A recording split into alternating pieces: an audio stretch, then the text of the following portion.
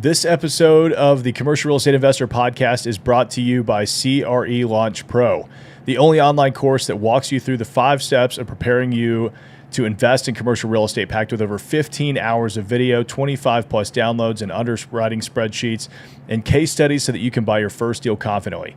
Head on over to crelaunchpro.com to learn more. Welcome back to the Commercial Real Estate Investor Podcast. My name is Tyler Cobble, your host as always, and today I am excited to be diving into this conversation with Brian Luebben. We actually met, a couple months ago at a mastermind here in Nashville. He's out of Austin, Texas, and Brian's got a really interesting background. He did what any good college graduate does and joined corporate America with the intent to climb that beautiful corporate ladder, the ever so slippery ladder, and got very fed up with it very fast and ended up quitting his day job last year and really spends the overwhelming majority of his time traveling, which I think is such a great thing for people to be able to do. I couldn't do it. Maybe I will be able to someday because I actually like working. But I do take 30 days off every year, so I'll give you that.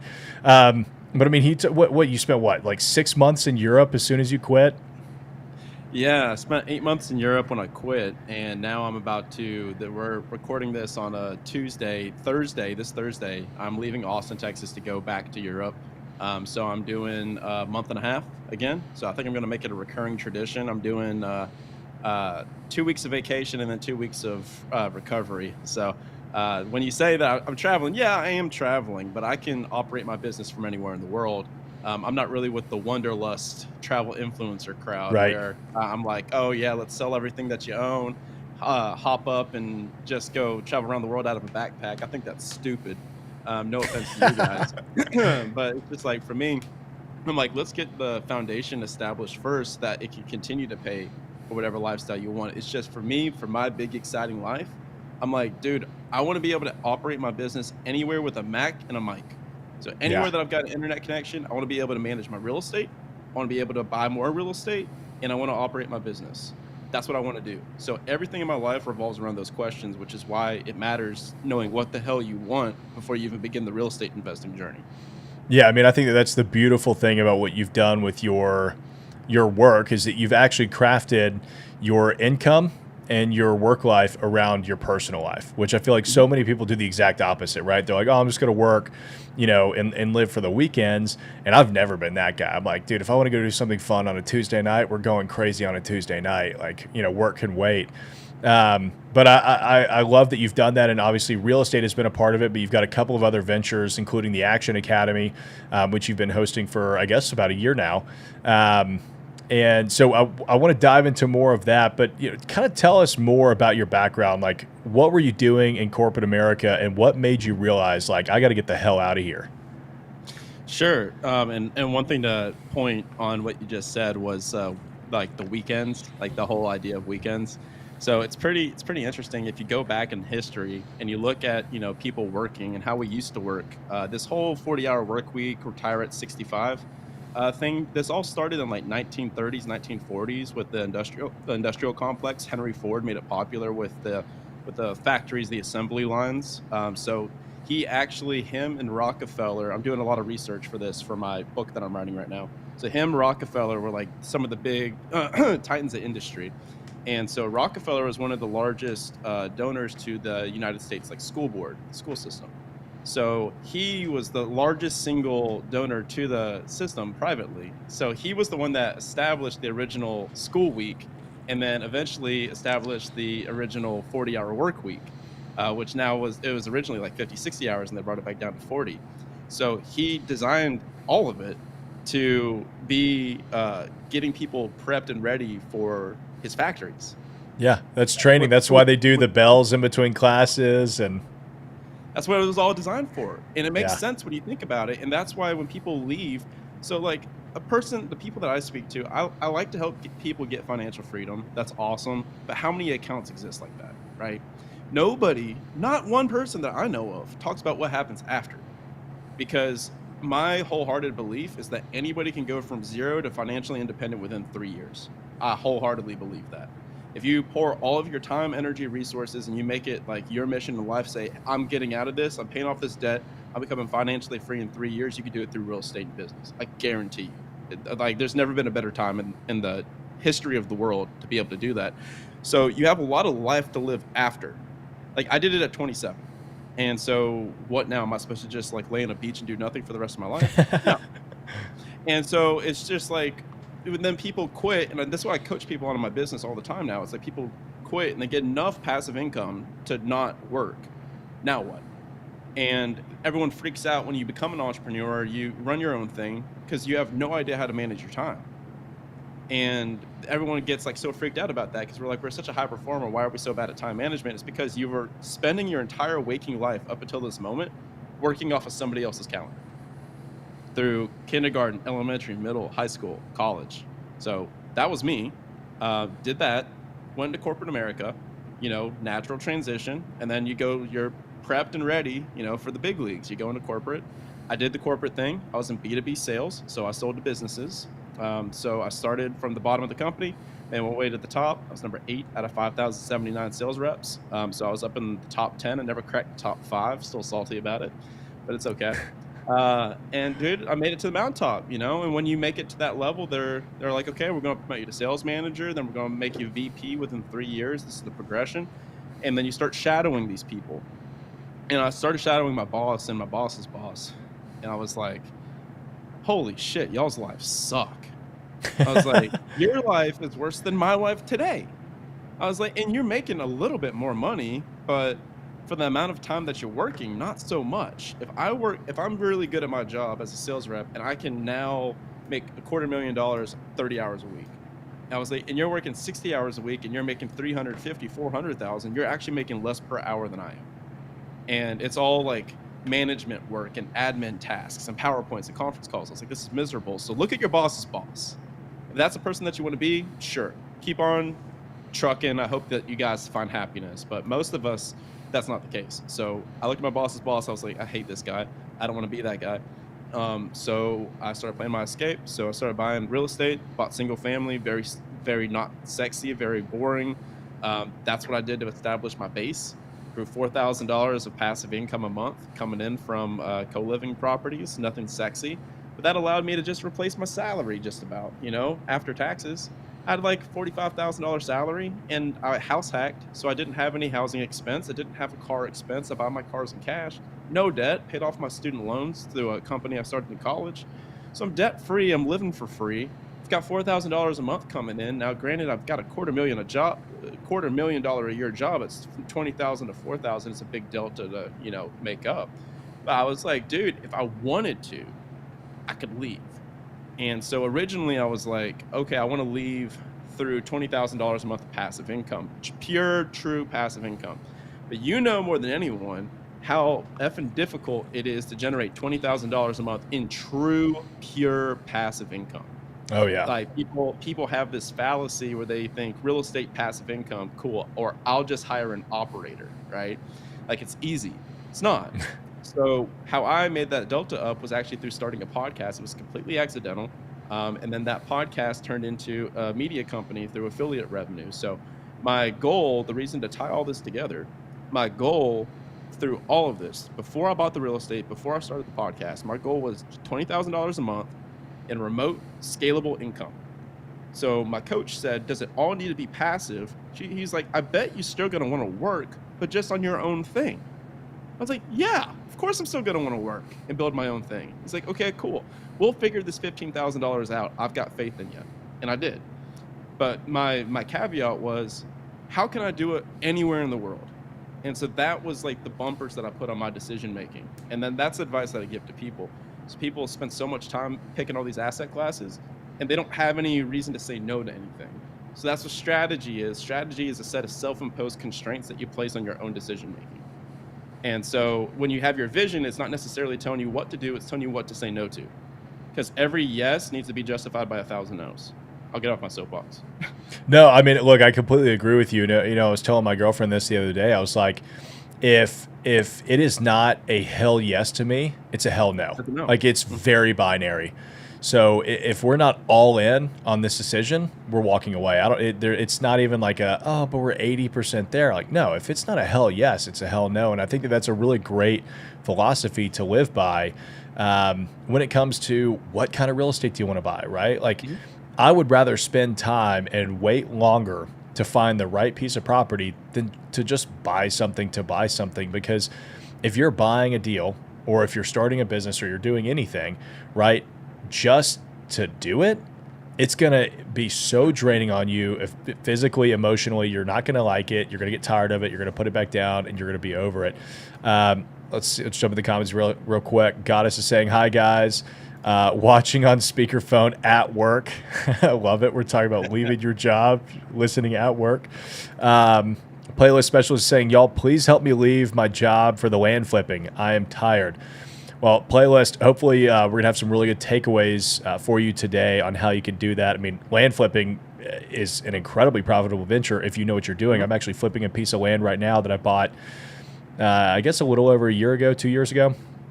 We paid like $630,000 for it, and we're under contract, or $650, and I'm under contract for $2.1 million, set to close in January. So, I mean, you think about that, like, it's like you're one deal away from being able to leave. That's what I love about real estate. Dude, and the secret is the how is not the hard part. The how is what trips everyone up, though. It's ironic because, like, and also, like, Tyler and I are speaking from a perspective, like, a couple years deep in the game. I think in the very beginning, you need to say yes to everything until you earn the ability to say no to everything. So we can say that now because we know our thing and we've dipped our pen in a bunch of different ink, right? But, like, in the very beginning, I think people have so much analysis paralysis around which thing is going to be their passion. I'm like, and that's my whole jam is I love, combining people with passion and helping them turn it into profit. But in the very beginning, dude, you just got to go. Like, you just got to do something. Like, buy the one house, do the one flip, buy the singular laundromat, buy that one piece of commercial property that's probably going to absolutely kick your ass and you're going to mess it up, but you're going to learn from it. Like, picking your asset class is going around a food court, or it's like speed dating.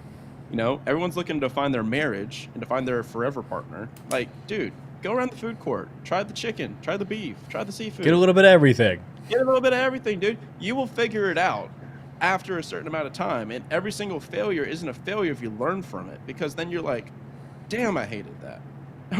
Or hey, I love this. This is super fun for me. So for me, I did house hacks. So I did the easiest way possible that anybody can do. 3% down, buy a house a year. So easy. Anybody can do that with half a brain cell. I'm sorry. It's very easy. Like, you don't need to hire a coach. You don't need to hire a mentor. You could read 3 paragraphs and have all the information you need to buy a single property. You live in one part, you rent the other bedrooms out. Very easy.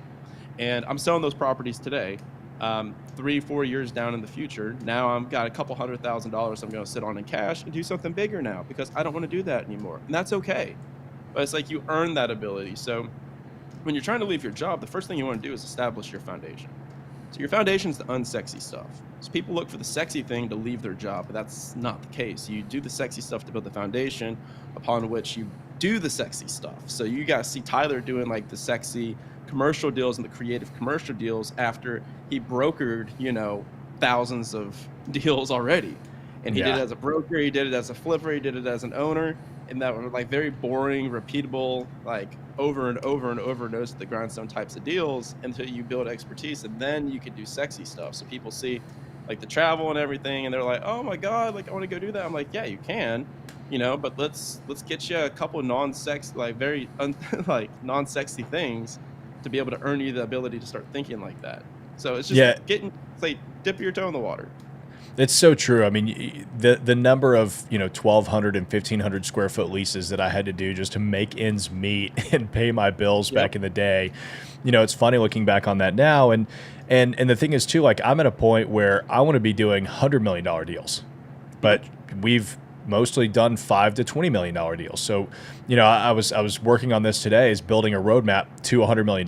Like, just because I want to do a $100 million deal doesn't mean that I can go do it. I've got to build up. I've got to do a $25 million deal, and then I've got to do a 30 million, and then a 40 million, and then a 60 million, and you got to build it up to that. And you got to build that foundation, and they're not sexy. My first deal wasn't sexy, but you know what? It made money, and I busted my ass to make it work, and it was great. So, dude, there's a couple of really great things I want to dive into further out of what you've just said. First, I want to talk about house hacking, because I do think that is something that you could take away and in 5 minutes know exactly how to do it. I want to talk about co-living as well, because that is kind of how that's like what you've grown into. But first, I want to make a statement, and I want you to either argue for it or argue against it. Okay. $50,000 passive is greater than $200,000 earned income.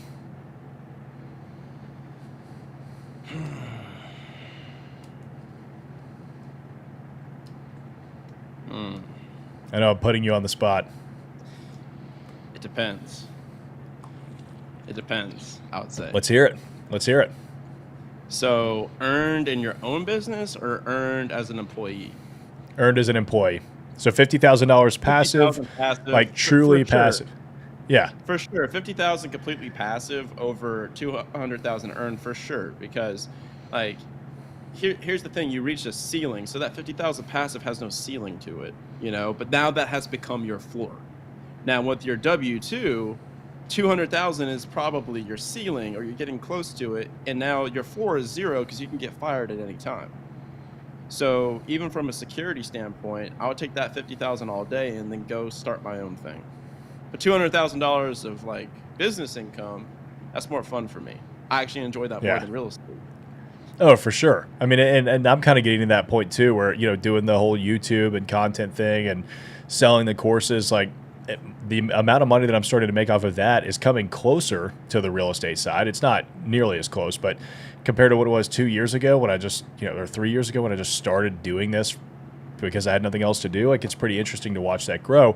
But that's kind of what I was hoping you would say, because I completely agree. I mean, I would take $50,000 passive income and quit a $200,000 job all day, because if it's truly passive income, you have 24 hours a day to do whatever you want, which means that you could build that into $500,000 or whatever you want to do. Yeah, nobody thinks about that. Yeah, nobody thinks about that. Like, even so, like the crazy thing is, like, you can do that. So everyone, it's like called binary thinking, right? So people are like, I either am a millionaire or I'm broke. I'm fat or I'm fit. I'm financially free or I'm working this job. That's not the case. Like, there's a lot of gray area in between. So all you really need to do is cover your fixed expenses and you're out. That's all you need to do. The variable stuff, like if you want to go buy bottle service at the club, if you want to go out to dinner every night, if you want to go travel, like all that, like ancillary variable stuff, that's what keeps you hungry, you know? So cover your fixed expenses. Make sure that you got your food, your bills paid, your rent, your mortgage covered, so that you can actually just live. Like, you have the bare necessities. So for me, $4,000 covered that. I was like, I'm good. Now, you have to make up the 15,000 of variable, right? So that's where it lights the fire under you, is trying to figure out how the hell to do that, right? So that's always where I start people, is like, let's get your fixed covered, and then your variable, we'll figure out how to do it. Because here's the reality of the situation that people don't think about. So winners win, builders build. And if you're a winner and you're a builder, that's what gets you to the point where you can leave your job. So the irony is, once you're able to leave your job, you're not able to stop working. It just is. I haven't seen it, especially for somebody that's young. And if you are young and you leave your job and you refuse to do anything, you do just want to go bum it out on the beach, I'm probably not going to hang out with you. Yeah. You're not someone I want to chill with, because the people that I like hanging out with are people that set and pursue and accomplish big goals. And like, that's what makes life fun. I think that is literally the secret to happiness in life. And nothing means anything unless you put hard work into it. Ever, in any context. Like, if it's not earned, it doesn't matter. And you can see that with these trust fund kids. They get millions and mansions and Ferraris, and it's nothing to them because they didn't earn it. It's wild to me. I mean, that stuff, like I grew up in those circles, and I've got, you know, friends that were those kids. You know, they were the trust fund kids. Daddy gave them a job when they graduated from college. They, you know, daddy bought them a condo in their college town and let all their friends live there. And they always had, you know, money to do whatever they wanted. And, I mean, they're bums, man. It's really interesting to see, like, they don't do anything except for spend their parents' money and live off their parents' dime. And I'm really glad and fortunate that I was not raised that way. I mean, I didn't have any money. I mean, I had to go out and figure everything else out myself, which, it's funny how frustrating that can be at sometimes, but you look back on it now and you're like, man, that was a really good thing that happened to me. Because, $4,000 a month in passive income is cool, but $40,000 a month in passive income is even cooler. Oh yeah, dude. Yeah. But just so y'all know, I ain't making no $4,000 a month no more. It's way more fun now. But dude, it's another cool thing. Another cool point to hit on is people also assume that problems magically go away when you become like financially free or you leave your job. It's like problems just cease to exist in your life. That's incorrect. You just get better at dealing with problems. Or if you don't, you're going to implode and then end up working for somebody else again. So the reason that you get compensated as an entrepreneur is because you're able to take on larger problems and larger amounts of risk, more even keeled. You have the emotional capacity to handle it. So it's like the highs are high and the lows are low, and then you kind of like even them all out because it never stops. So like you hit your first million, and like Tyler's saying, and he's like, okay, we're doing between like $20 million deals. He's like, I want to do $100 million deals. Then I do $100 million deals. And you want to do $500 million deals. So it's all part of this like long drawn out game, and the game is not winnable. So that's the secret to this entire thing that nobody talks about in the podcast, but I just talked to so many people in so many different levels of wealth at hundreds of millions and billions of dollars. The game never ends. So like the best games that are worth playing are not winnable. So you can't win the game of business. You can only hope to remain in business. You can't win the game of health. You can only hope to remain healthy. You can't win marriage. You just can hope to remain married. So it's like you have to choose games to play for the rest of your life. And when you're an entrepreneur, it's like, I want to play that game forever. So it's like I don't necessarily assign my happiness to the million, to the 10 million, to the 100 million, to the passive income. I assign my happiness and my worth to, am I better this year than I was last year?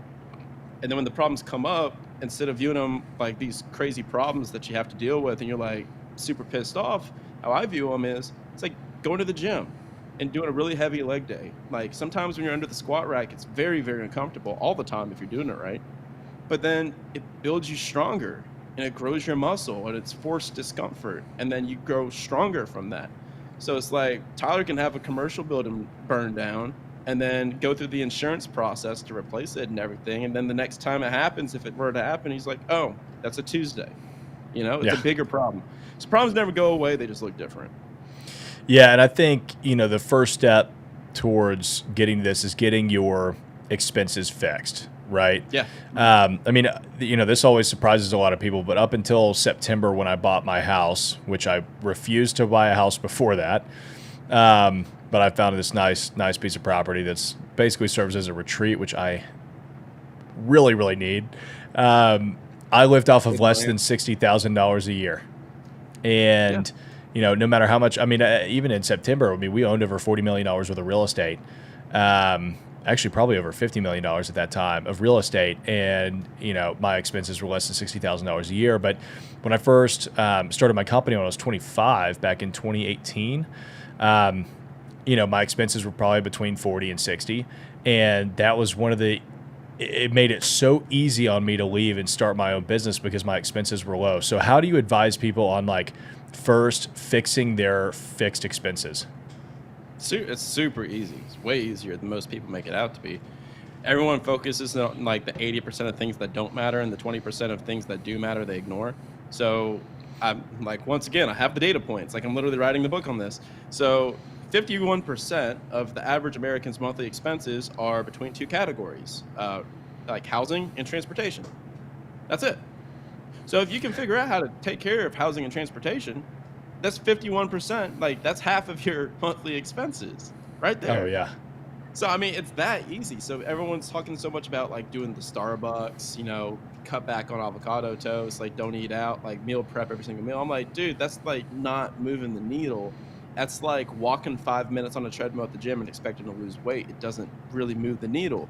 Like, what you need to do is figure out, how do you reduce or remove your living expense, whether that be rent or through mortgage, and then you figure out how to sell your car and buy one that you can afford in cash. Like, so that's what I did. I had a beautiful Chevy lifted truck, dude. It was my baby. And I ended up selling that thing because I was just like, I'm living in the city, I'm driving a bunch. I had those 33-inch all-terrains on there, and I was just like, dude, this is gonna be a nightmare around Atlanta, Georgia, dude. I was like, I'm Yeah. driving too much, so I sold it, man. I sold it, got that payment taken care of, and I bought a freaking Corolla, used Corolla. I mean, it wasn't a piece of crap Corolla; it was a cool-looking Corolla, but bought it, cash. And so I haven't had a car payment since then. And for your rent, like, you could either move a roommate in, move to a slightly less nice apartment, or you can do the house hack strategy, which is 3% down, you buy a primary residence, and then you rent other rooms out. Very easy, super easy. Then you live for free. So that's what I did for 3 years. I was making $250,000 a year, and I was living for free for 3 years. Yeah. I mean, back in 2012, I paid cash. It was probably $15,000. I don't know.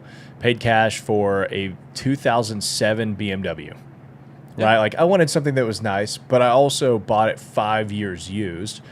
And I mean, it was great because I didn't have a car payment for the longest time.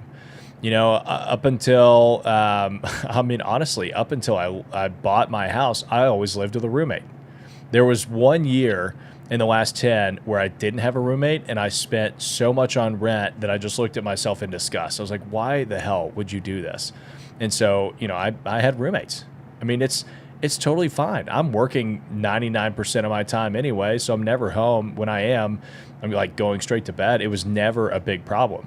So, there are easy ways to make sacrifices. So let's talk a little bit more about house hacking. Like, how do you run numbers on a house hack to make sure that it works, that you can rent out the rooms to cover the mortgage, or at least come close to it? Oh Lord, I haven't talked about this in a long time. Yeah, so, dude, I mean, it's like, house hack is just the easiest thing, dude. It's just a back of a napkin math. So you can go on. I bought all my house hacks off the MLS, man. Like, it's not that difficult. So how I did it personally, there's so many different ways you could do it, but how I do it, I look for 5-bed, 4-bath houses. I look for 2-level, split level, 2-floor, just owner occupant, conventional loans, 3% down. I want 2 kitchens in my house hack. So I'm looking for a 1970s, 1980s build with 2 kitchens and in-law suite. So I want a kitchen upstairs and I want a kitchen in the basement. Because it costs you about $20,000 to build a kitchen from scratch, and that's not fun. So you need 2 kitchens to do it how I did it. So I did what's called the luxury house hack. So I rented out the top floor. Top floor is like a 3-2. It looked like just a traditional 3-2 unit, just a 1-story, right? And that's how I sold it. So I would put it up for rent, and I would say, hey, this is basically like the top unit of a duplex. It's kind of how I would, position it through the rental. And I was like, okay, you live up here. That's my HGTV unit. So if my mortgage is like $1,500. So it's just like, dude, yeah, mortgage is like $1,500. I rent the top floor out for like $1,800. I was like, okay, well then there's already over my mortgage right there. So then on top of your mortgage, you need to account for 20% on top, which is your CapEx, your vacancy expenses, stuff like that. Your rainy day when your roof goes out, your HVAC floods, whatever, your water heater breaks. So 20% on top, and then that's the number you're looking for. So I rented out the top, and then I had a kitchen downstairs, and I had 2 bedrooms downstairs, 2 bathrooms, and I was like, okay, cool. I'm gonna move a buddy over in the other bedroom. Paid $700 a month, and then I never even saw him. I basically lived in a 1-bedroom studio in my own house, and then I was cash flowing $200 on top of everything net while I was living there. And by the time I moved out and raised rents, they were cash flowing like $1,600, $2,000 a piece, like per house. So I mean, that's how I did it. It's very easy. I just did traditional leases, just per person. Got them through. Took me every bit of 3 days to find tenants because you can price it very reasonably because you're not having to stretch yourself. And then you just have the upstairs and downstairs door locked, separated. You have separate entrances. And then, yeah, I mean, you just work everything out. Everyone's happy, like, to do it. You just screen your tenants like you would a normal property. It's very easy. And, like, they're appreciative because now they're Most of the time, the utilities I just split baseline. I was like, pay $150, Bob pays $150, $300, you're covered. They're all appreciative of it. So, you know, when I'm selling my properties now, I've had the same tenants in all the properties ever since. And now they just have all left because I'm selling the property. Well, So, that's a really interesting very way easy. of doing it that I haven't heard before because, I mean, one, I mean, you mentioned obviously you don't have to make a huge profit, if any profit really, on a house hack to make it make a lot of financial sense for you because Even if you're your just living profit, for free, even if you're yeah, breaking even and you're living for free, that's like in Atlanta, it's like $1,800 for a one bedroom. So I'm like, dude, I'm making $1,800 a month, even if I break even. exactly. But I have never heard of the 5 bedroom with the mother-in-law suite. I mean, that's a brilliant way of doing it, so that you can actually live completely separately from your tenants if you wanted to. Yeah, you could Um, do a duplex if you want, but the thing is, everyone's looking for a duplex. Everyone wants You a know, duplex. They're so so no, there's overpriced. like barely any duplexes. If you do find any duplexes, you've got to find one or two duplexes. You're gonna find a duplex that's gonna be like a new construction, renovated. It's gonna be like a couple million in the middle of the city, or you're gonna find something on the outskirts. It's like a C class, and you're gonna need to do a lot of work, and it's gonna be in a Oh terrible yeah. area. And so I just look. There's a whole real estate strategy where you can buy like distressed properties, C grade properties. You can do that. But for a house hack, especially if you're living there for a year, which you have You to don't if you want to do an live in owner that. occupant loan, buy in an appreciating market, dude. Because you Yeah. want to be able to have multiple exit strategies. And now I can sell these as purely single family rentals. And it's so easy on the traditional market. I'm making hundreds of thousands of dollars off of that equity. Yeah, and I was having this conversation with another investor this morning. I mean, that's really the play in single family residential because you can't invest in SFR for cash flow anymore. It doesn't make Um, any sense. But if you buy in an area where there's a lot of appreciation, you might get $100 to $200,000 of equity in a couple of years, and that's how you really make all your money. so I did. Surge is saying some Dave Ramsey strategies. LOL. Yeah, he's talking about the cutting our expenses. Yeah, I mean, you know what? Maybe that's one thing that I Dude, actually agree with Dave Ramsey on. Most of the stuff, hey, you just got to get a handle on it. You just got to get a handle on yeah, it. We're not saying like, look, there's two games you can play. You can reduce your expenses and you can increase your income. Okay, you can only reduce your expenses so much. That's a game to zero. You know, so it's like you can play that game and like you can't out earn poor money management, which is why you have a bunch of rich assholes that are broke, really, because they're just spending all their money. So you can't out earn poor money management. So just get your baseline skills and then focus on increasing your income. That's the only three levers to pull for financial freedom is increasing your income, accumulating assets, reducing expenses. That's it. It's that easy. It's always been that easy. yeah. I mean, it's a pretty simple process. So let's talk about co-living. How did you find out about co-living? What interested you in that, and what are you doing in that space? Yeah, I mean, so that's just what it was with the house hack. It went from house hack to essentially co-living. It is the same thing, just about. So the only difference was when I moved out, I would move a new person downstairs into that unit. So I would have two tenants downstairs and then a family or someone renting the entire upstairs as a single unit. So, you know, I had co-living downstairs. So that's how I did it. And it was, once again, way simpler than everyone said. Now you can do co-living where it's like the shared kitchen, shared bathroom, everyone's renting a bedroom. You can do that. Yeah, that's just not how I did it because I just didn't want to do it like that. So, I mean, you can make more money that way, but I wanted to go travel around the world and I wanted something that was way more passive. So I was, you know, when in the downstairs, I'd pick whatever the tenant was downstairs, the long-term one, you know, if somebody else came in, I'd run it by them. You know, I'm not being an asshole. I'm like, yo, like, just make sure that this is a person you get along with. You're not going to really see each other that much, but let's just make sure, you know? And, you know, it was very easy. It was a smooth transition. Once again, they're paying like $700 a month each. They're not complaining that much, I promise you. And, you know, like they were like accountants. Like one of them worked for, you know, some local recruiting firm. Another one was just like a CPA, like making $90,000 a year, just paying $700 a month, dude. They'll live under a shack, dude. They don't care. They're like, this is the best deal of my life. So it's like creating a win-win situation. But it's like all that stuff is just like It's very entry level, and anybody can do all that stuff. It's like, how do you grow businesses on top of that, and then start scaling from that point into the larger properties, into the larger cash flow? That's the fun stuff, man. Because you got a cat that has like $200,000 a year that they need to replace. You can't do that through single family. You got to like start buying businesses and building businesses and buying like large plots of real estate. Like that's where the fun comes in. That's where you start Yeah. really making some cash flows. That's the world that I live in. It's super fun. But like the house hacks and co-living, very, very easy strategies. Great places to start. Awesome places to start, and it builds your foundation that you can easily build upon. Because I could take big swings at the plate because I was like, okay, I live for free. What am I like? Worst case scenario, I just come home. And like you said Yeah. about the $60,000 a year thing, dude, like for two people living very extravagantly, actively trying to spend money. I think I probably spent $8,000 a month, like traveling for two people, covering me and my ex-girlfriend at the time. So even that wasn't that much money, dude. I did the math, and my rent here in Austin, Texas now is 2,600 for a one bedroom. So it's like I got a nice apartment now, but I was like, okay, 2,600, and I've got like $300 for a gym membership slash social club. So it's like $3,000 of fixed expenses, and everything else is variable.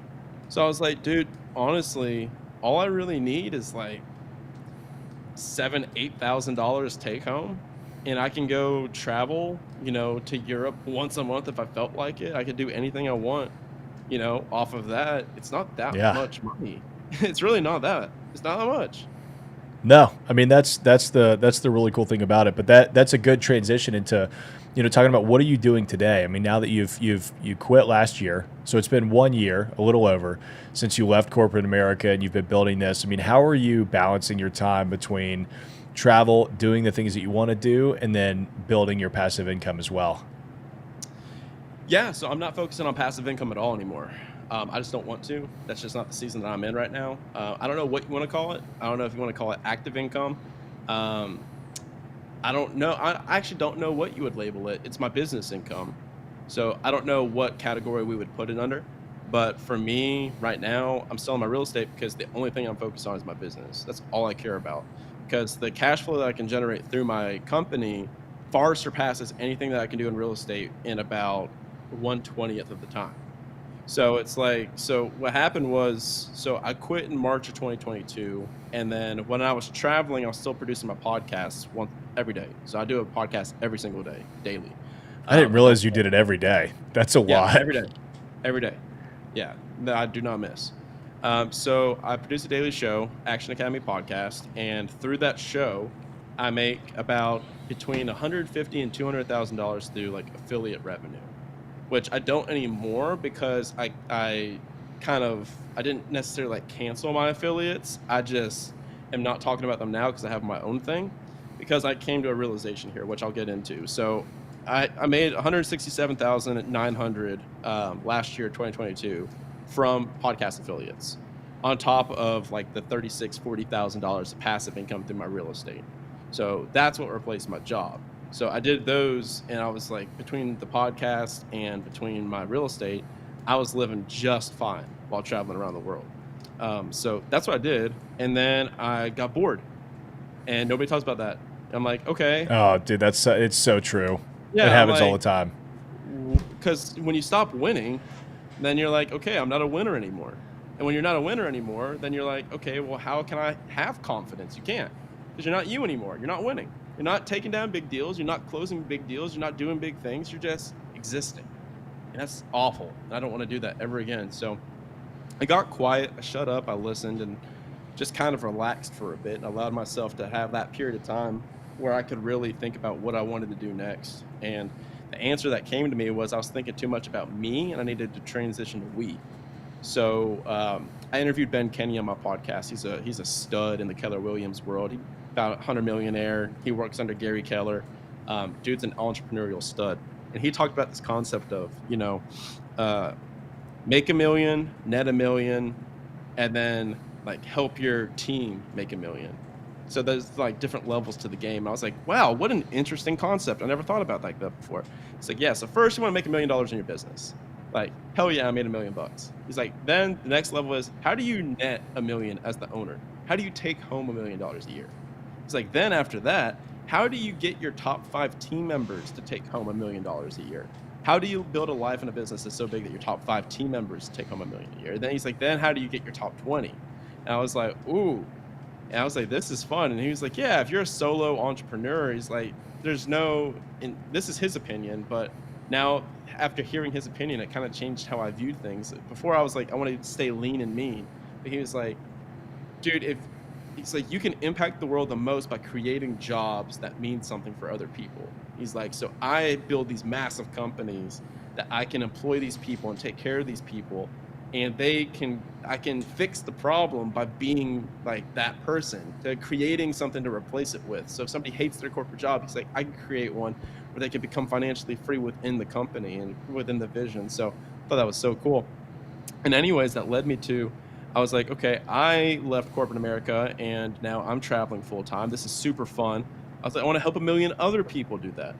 So then I was like, I need to create systems and I need to create a structure of my life that would allow for that to happen. So it needed to be bigger than my podcast. So the first thing I thought was I need to make a course. So I'm going to build a 12-week course. So first thing I did was I put an offer on my podcast. I said, I'll coach you for free. I'll take the first 100 calls, I'll coach you for free. So 100 people called in, did 100 calls. So it ended up being like 26 hours of free coaching that I did. Coached all of them for free and documented all their problems. And I was like, okay, I very, very well understand my customer. Like, I know exactly what all of you are going through. I know exactly the exact pain points that you're running into, the roadblocks. So I made the course, and then I sent an email out to all those people, and I was like, hey guys, I made a course. It's not ready yet, but it'll be ready in like half a month. I was like, if you guys want to do it, we'll call it $1,500 if you want to do it. And then I collected $100,000 through Venmo in 48 hours. Because I didn't have a business. And I was just like, through real estate, I was like, I'm doing this. And so I was just like, what the heck just happened? Because I'd already given them so much value for free that when I made my ask, they were like, I want more of that, right? So I led with value, which most people do it the opposite. They make an ask before they lead with enough value. So then I created the course, did the thing. Everyone loved the course. We had a Facebook group that everyone was in afterwards, and they started doing deals together in the Facebook group. And I was like, dude, if I keep doing this course, if I stop selling the course, I don't make money anymore.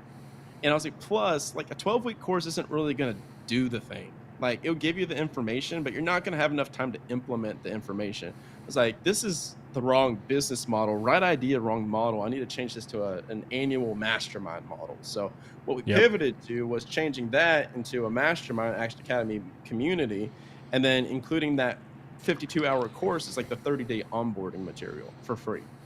So that's what you go through when you join the communities. You go through all that course is like your onboarding.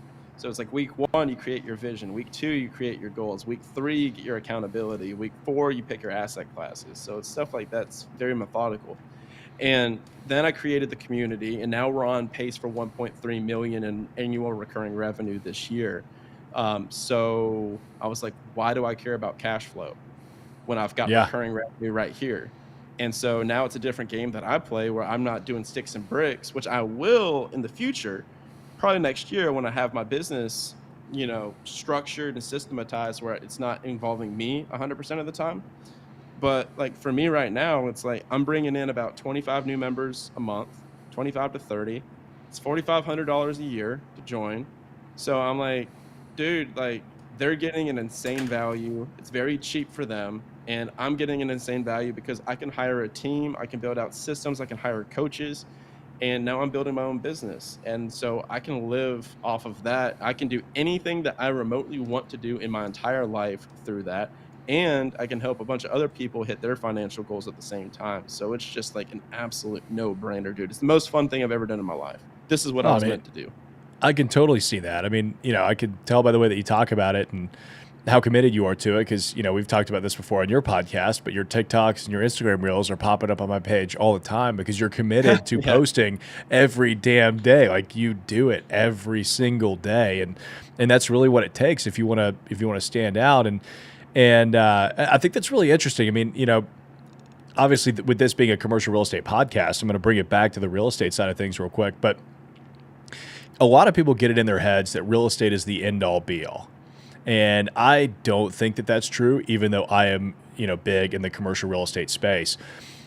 I did something kind of similar to you, right? Where the first, 4 years of my business, I was You built focused a on business just that was real buying. estate adjacent, Yeah, yeah. I was just which focused is on buying genius. real That's the estate, best creating that way. income, and then I on the side, I had my 3 companies that would grow every time I bought a property. My companies Yep. would grow to manage it for me. But since then, I've diversified. I own a bar. I am doing this YouTube stuff. We're doing a lot of speaking engagements now, and real estate is not the end all be all. It's become like this found, like you talked about earlier, this foundational platform for you to earn enough money passively to go do whatever you want on the side. And I think that's a great way of looking at real estate investments. Is like how many pieces of real estate is it going to cost, or is it going to take for you to make enough passive income for you to go follow whatever dream you have? Correct. And that's the end game for me. So it's like use real estate, buy businesses, like do whatever path you want to take to be able to sit down for 3 months, whatever have you, whatever period of time, and think back to what the hell you enjoyed doing as a kid, and be like, I want to go start a business off of that, and I call that passionate income. That's what I care about. I don't care about passive income. Passive income is a tool that gets you your freedom to where you can sit back and be like, okay, what really fires me up? Like, I want to build a business around that, and I can afford to take a risk and take a swing here at the plate, and I don't have to worry about that. If you want to move to Hawaii and you want to open up a taco stand in Hawaii, and that's been your dream, or if you want to open up a surf instruction company in Hawaii, go buy you some real estate and build a business that allows you enough cash flow to go do that. Like, that's what I think. So at the end of the day, like, wealth is just a stool with a couple of different legs. So you have to view it a different way. So like the wealth stool is you have asset accumulation. So you need to build equity. You need to have a balance sheet. You need to have a cash flow vehicle, and you need to have a vehicle that helps you save on taxes. That's it. So what I like doing, and what Tyler does also, but just in a different way, it's all different ways that you can do this, but it's all the similar strategy. You need to have a cash flow vehicle that pours into the real estate. Like, because normally it's going to be a lot of time, energy, and effort to get the real estate to be able to pump out enough cash flow to support itself, unless you do the BRRRR process really, really well. So that's the best way that I've seen, is building a high cash flow business, a high cash flow, high margin business where you're like, oh man, I'm collecting cash hand over fist. So then I can go into next year with like $1 million in cash. And then I go partner with the operator, and I can take down a massive property, and then I can qualify as a real estate professional, or you get your wife to qualify as real estate professional status, and then you do what's called a cost segregation, and you wipe out all your taxable income. And then you've got this asset where it doesn't need a cash flow as much because you already have your cash flow taken care of. And now you can make really smart decisions off of equity and appreciation. So now it's a whole value add game, as opposed to making stupid decisions for on paper cash flow. Am I off Yeah. there at all, or? No, I mean that's exactly what we do. I mean that's the beautiful thing about cost segregation, and we almost have to buy a new property every year because it helps Yeah, offset yeah. all of our active Oops. income. Yeah. Oh no. Man.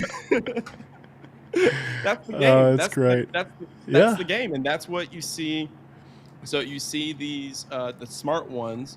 Anybody that's a smart professional athlete making lots of money, they're gonna take all that. They're gonna put it into real estate. That's why when you see these houses that are getting bought by Taylor Swift and all these people, like, they're just tax plays. That's all Oh they yeah. are, and they're buying them in cash. So or they're buying them in cash, or they're just taking a loan against their business, or taking a loan against their assets or stock portfolio, and using that line of credit to buy the property, and then using that property to write off the depreciation. We may be going a little too high level here. We may need to. Yeah, no. That's exactly right though. I mean, you're taking out a loan against the income that your business makes to buy the real Yep. estate, and then you Yep. get to write off the real estate. So you haven't technically put keep any the of your own capital. cash into it.